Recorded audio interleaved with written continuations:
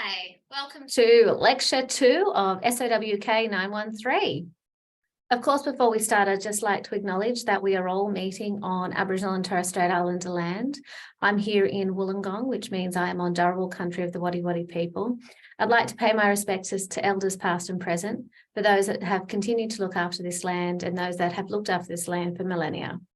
I just want to extend that acknowledgement to all of the lands that you are on today. So we're going to be talking about the universe in the context of social policy. So this lecture is quite theoretically based, but hopefully you can start to see how this theory actually will help you interpret policy and create policy. So is the policy cycle, which we will get to towards the end of this lecture, a model or a theory? A theory being explains a phenomena in policy process. And again, a theory is theory, so it's not necessarily fact. It's something that people have used as a way of explaining something that's yet to be proven. Or is it a model, which is a model that is something that assists in the exploration and explanation of a particular phenomenon, in this case, policy. And it sets out the processes and defining characteristics. Well, when we think about policy, we're thinking about two different types of models, rationalism and incrementalism. I think you could probably guess a little bit about what each of these are. So I'll start with rationalism. So the key features of rationalism, it is an ideal sequence of activities. So we lay out what is required within a policy setting. There are prescribed features of a decision-making process, so very clear steps on how a decision made. It assumes that decision makers are neutral, that they are the gatherers of information to come up with a policy. It also is known as a scientific or a managerialist approach. So it takes that objectivity very seriously. The problem is with this is that there's limitations on time and information that constrain the sequence. So the sequence doesn't always happen in the way that is outlined in a perfect world. Also, when we're looking at this objectivity, it is actually a limitation that, well, objectivity is in reality non-existent, because what we bring to it is our own ideology, our own professional understandings and cultural backgrounds. And also there is, because of the changing nature of society more generally, but also policy cycles, etc., there are limitations around rationalism. Then we go to incrementalism. So this is really thinking about policy based on what is ideal and achievable rather than necessarily a goal where we would like to end up. So what we're actually thinking about are the goals are they're intertwined with the empirical, so the evidence-based aspects and needs and the problems. So again, it does bring in that evidence, and it has an analytical focus. So thinking about, based on the situation and the problems, what are the goals that need to be sought? And again, incrementalism, rather than having a strict approach like rationalism, it's more of a trial and error type approach. And so we find that we try different things and we change things as we go as required. And again, it's not necessarily done in that with that clear decision-making process, but it's actually the analytical work is divided up amongst many people. So there might be many stakeholders involved in the analysis of this. So some of the key limitations is it can be seen as being insufficiently goal-orientated. So what about theory? Well, theory is really important. It is something that we use to help us understand the world as we see it, and in this case, policy. So this quote is perfect. It is logically impossible to understand any reasonable complicated situation, including almost any policy process, without some theoretical lens, theory, paradigm, or conceptual work, and we talked about ideology last week, distinguish between the set of potentially important variables and casual relationships and those that can be safely ignored.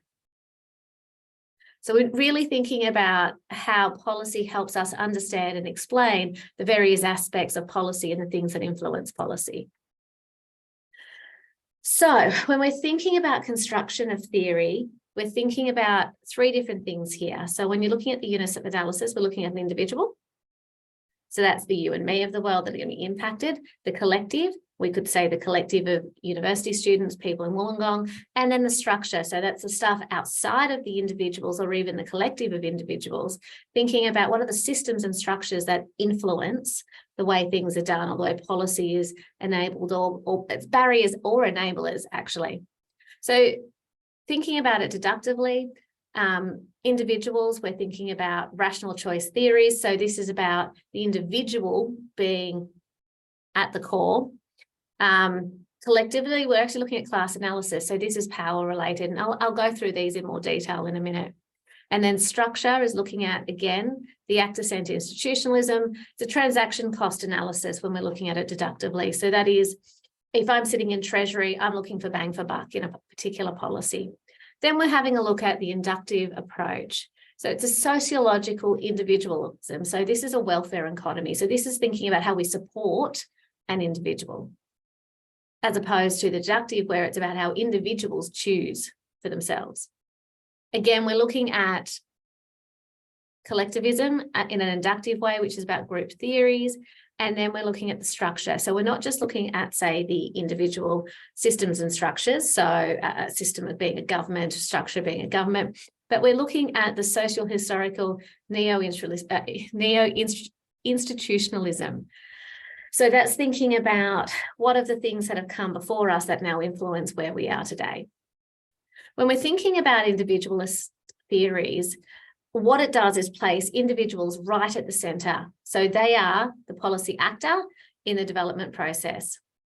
And what they seek to do within this particular theory is understand how individuals understand and explain the proper policy. So how is it that they operate within this particular system or policy?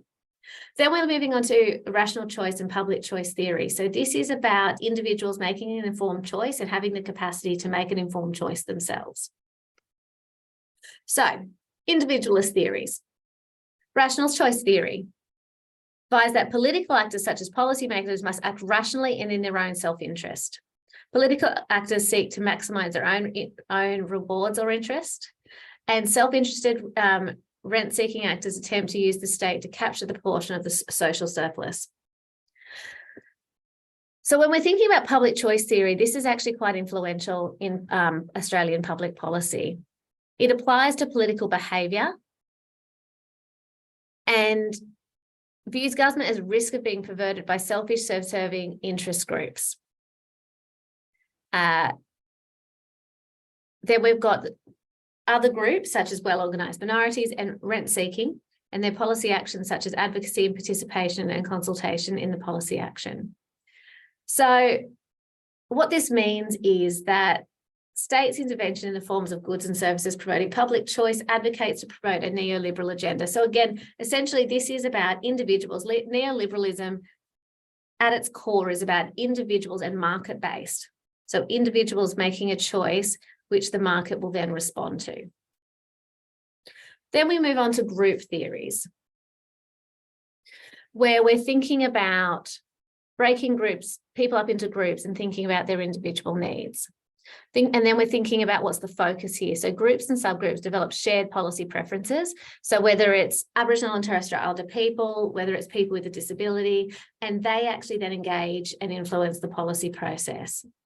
And so when we're thinking about this as well, we're thinking about it from a class point of view. So it could be from that socioeconomic status point of view or traditional class point of view, or a pluralist approach.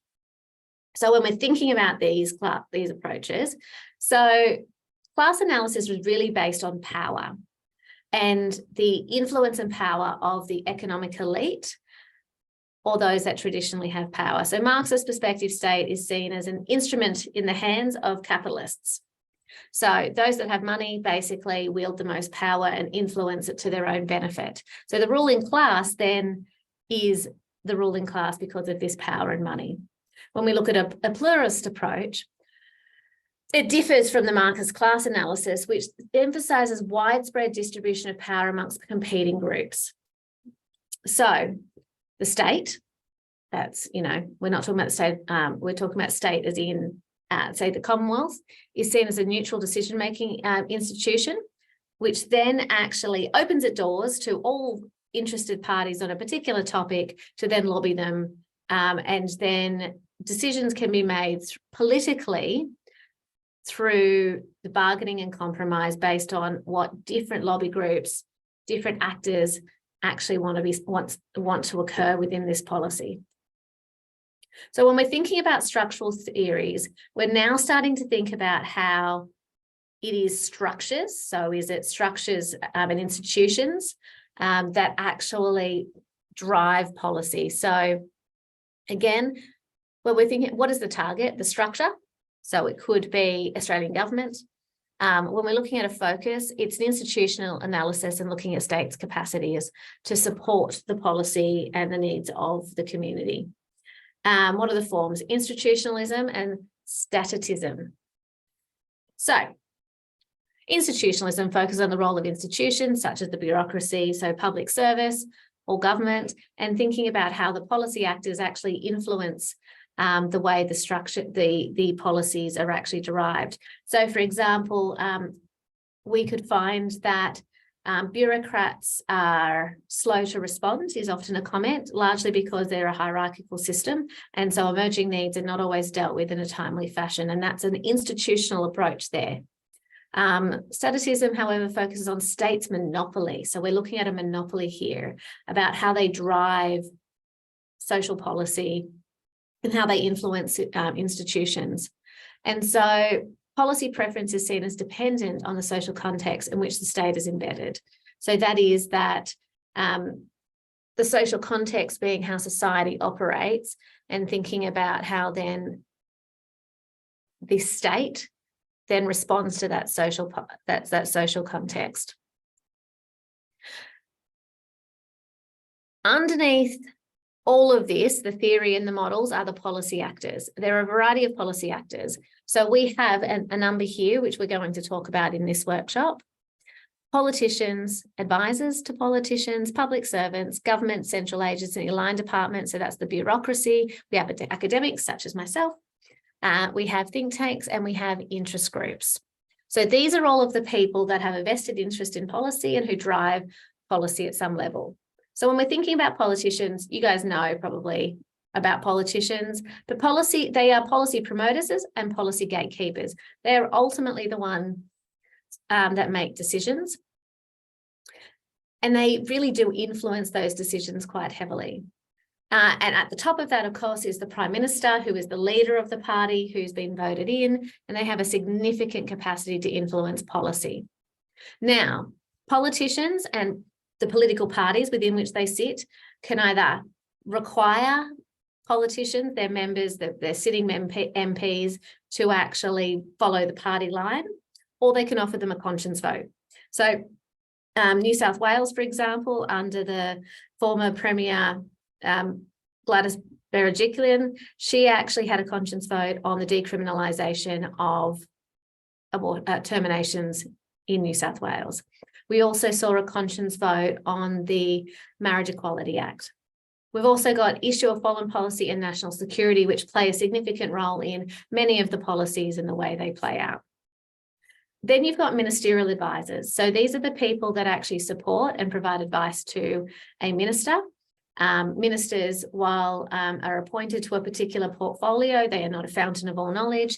And so the way that and who they employ and their experience will influence the way those policies are rolled out. So advisors actually should enhance the professional independence of the public service by ensuring that the political analysis of various course of actions can be ignored by public servants. So they're there to provide direct advice to ministers, but ultimately it is a minister's decision. Public servants, so this is the bureaucracy. They come in many different shapes or forms. So you can have GPs who are employed as public servants, or you can have people sitting in policy roles within, say, the Ministry of Health.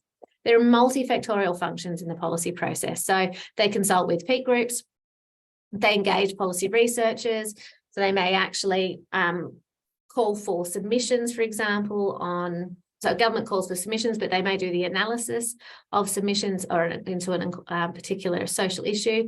They design the policy, and they also very clearly do the policy program and implementation. And they're likely to take charge of policy and program evaluation, which I'll talk to you about in the policy cycle.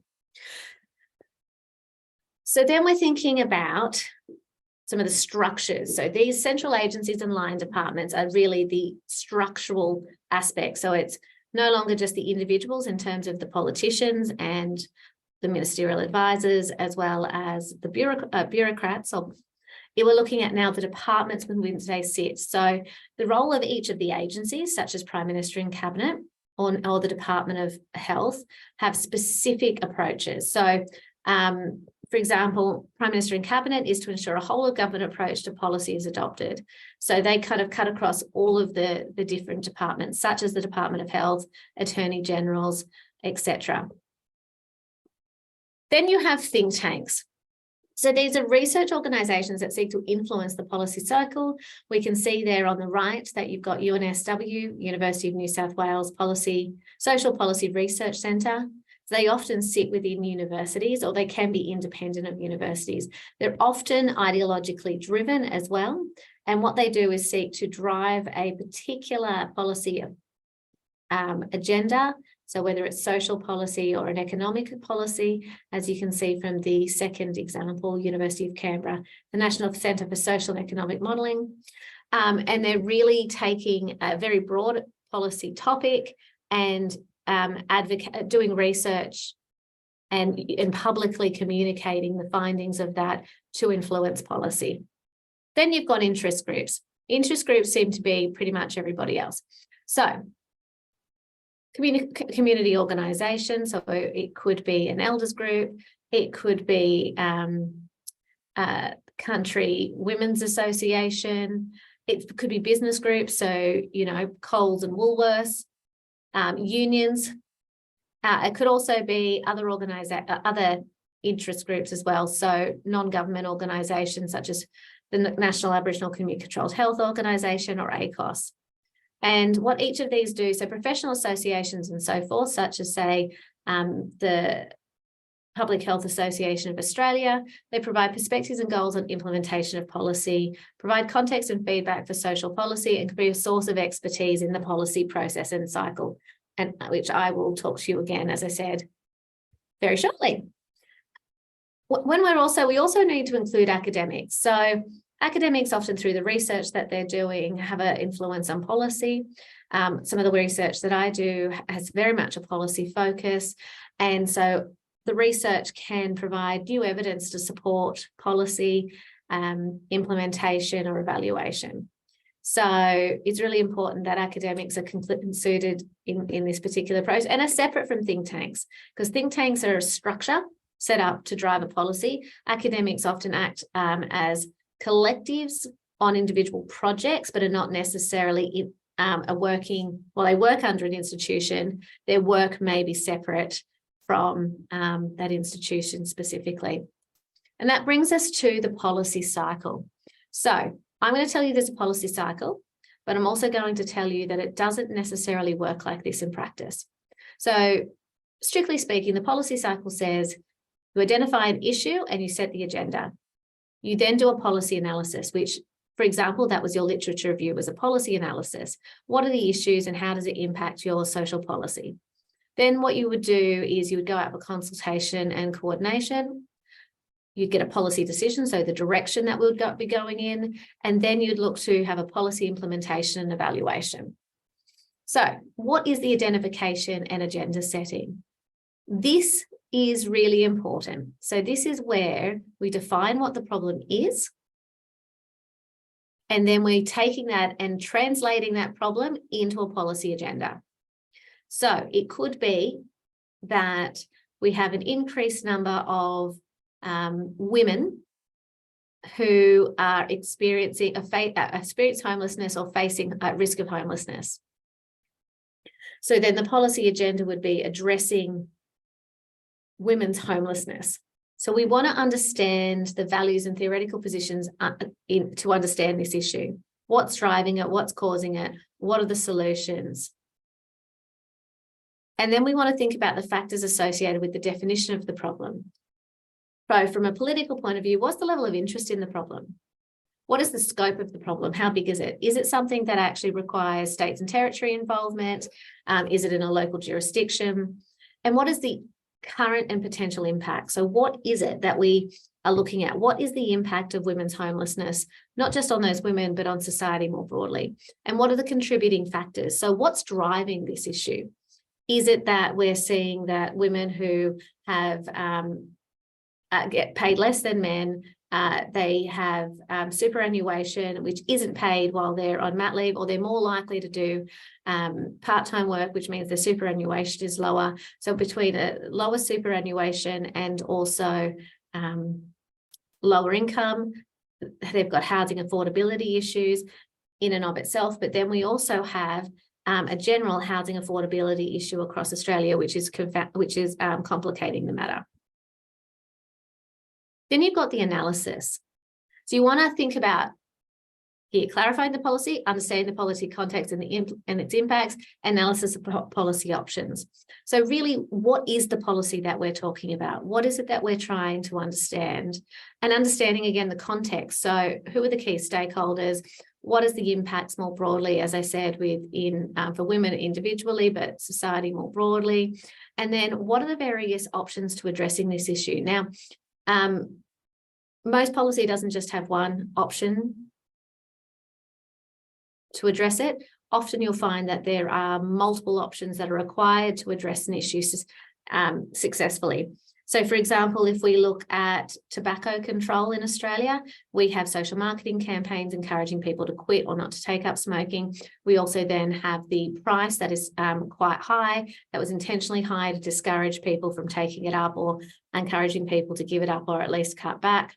Then we also have other rules that have come in around trying to denormalise smoking, so no smoking near bus stops, banning smoking in cars to protect children.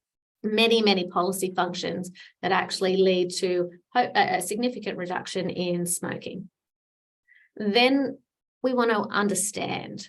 So understanding the policy context. So what's the historical, social, and economic, ideological, and theoretical and institutional context? So, for example, when we look at unemployment amongst Aboriginal and Torres Strait Islander people, when we're looking at a historical context, we need to consider, say, the Wake-Hill walk-off, which was a walk-off of a cattle station. Aboriginal people walked off a cattle station calling for equal wages. Now, equal wages were granted to Aboriginal people, but the implications of that was that many Aboriginal people got fired because the employers determined that Aboriginal people themselves weren't worth as much as non-Aboriginal people. So we ended up with multiple generations of people entrenched in poverty, and which then actually had an impact on people's ability to get to work, because we know that people who are entrenched in poverty are less likely to get a good education, etc., are more likely to have housing insecurity, which impacts their ability to get a job and, again, receive an education. Thinking about the social aspects of it as well. So how does society view